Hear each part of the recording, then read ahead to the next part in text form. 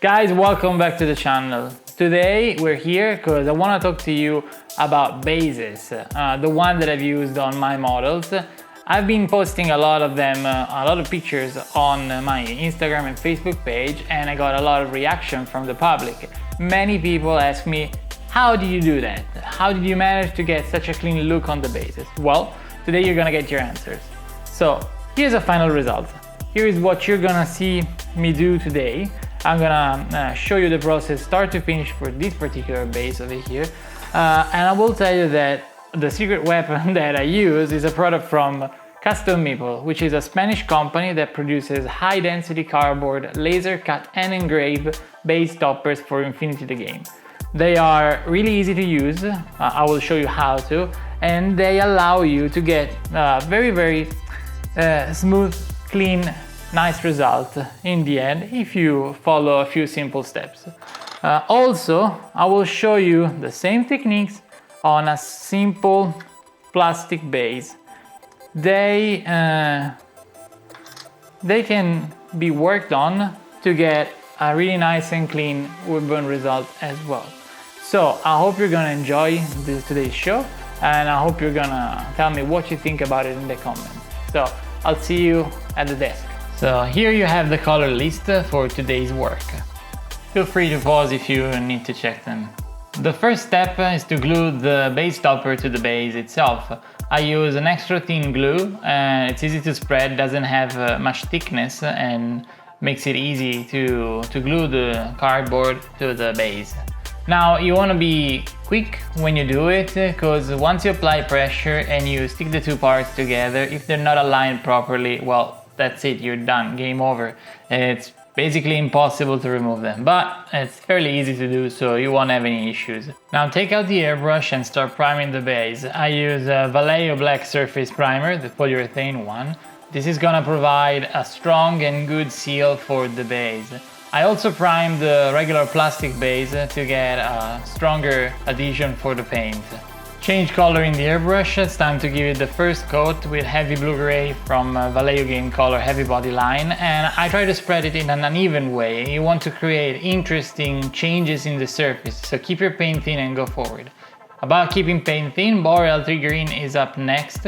Very thin layer, you need to spread it at an angle, you want to hit the sides of the bases. As you can see, it's basically a transparent coat, but it's gonna give that tint to the base that is gonna make it look interesting in the end. Be thin, work in multiple thin layers. That's the key over here. We repeat the process with Vallejo Modular Armor Brown. It's very thin, even in this case. You want to hit the sides of the bases in the same way that you haven't touched with the green before. This is gonna create a very nice and interesting warm to cold contrast on the base. Now put the airbrush away and pick up the regular brush. I'm mixing the colors on the wet palette. Use black, heavy blue gray and some of the armor brown to create a shade tone that I will apply onto the panels that I want to make darker in color. As you can see, I'm following the edge of the laser engraved surface of the base topper and fade it away. This is gonna create a very interesting contrast onto the base, separating the panels. Now you can decide the degree of the darkness and lightness of these tones, and you can decide how clean and how dirty it could be. In this case, I'm going for a pretty clean look, but still remember two things. We're talking about a pavement surface of a futuristic industrial district, so it shouldn't be too clean. And second, you don't want the base to be too clean, too bright, so that it would subtract the attention of the viewer from the model itself. This is just the background for your model. This should tell something about it, but it shouldn't be the focus of the attention. Now I've placed some violet pigments from Secret Weapon onto the palette, and I'm using them to deepen the shadows in the panels that I've decided to be darker in color. I like to use pigments for this stage because they help you create that uneven surface that I was talking to you about before. You don't want it to be super smooth, you want it to be stained, you want it to be irregular, and the pigments are what works best for the job. Also, you can keep on working for a longer time with them because they just take some water to be freed once again and pushed around a little bit. Once you're happy with the result, it's time to move on the bright side of the vase. So mix some titanium white with some of the blue-gray and some of the green, the Boreal Tree Green from Scale 75. I use this color to edge highlight the panel lines from the bright side. You can see that even in this case, I like to draw the line next to the engraved one and then I fade it away into the vase. Use some of the green color to get some saturation back if you've gone too far with the white. Now, I wish I could say that Custom Meeple sponsored this video. Unfortunately, they didn't, but I am promoting this product anyway because I really think it's one of the best ideas about bases that you can find out there, especially for Infinity, because their bases are very peculiar because they have all those spots underneath them where you can glue magnets that are purposely made for, and you can just use other accessories. Now that we're getting new bases with embossed line of fire segments on the sides of them, it's even more reasons to use these base toppers.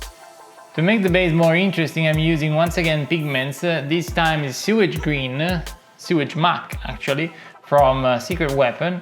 I'm applying this both on the bright and dark surface areas. Now I'm using these two colors, but bear in mind you can use any other color pigments you fancy. This is just the technique, it's not the specific paints that you have to use. If you follow these stages, you have a good balance of warm and cold colors, and it's one that I've been using. But you can also use oranges and blues and whatever else you feel. Now we're pretty much at a stage where all you need to do is fine-tune the results you've achieved so far. So push a little bit the highlights or the shadows and fix some of the transitions if you want.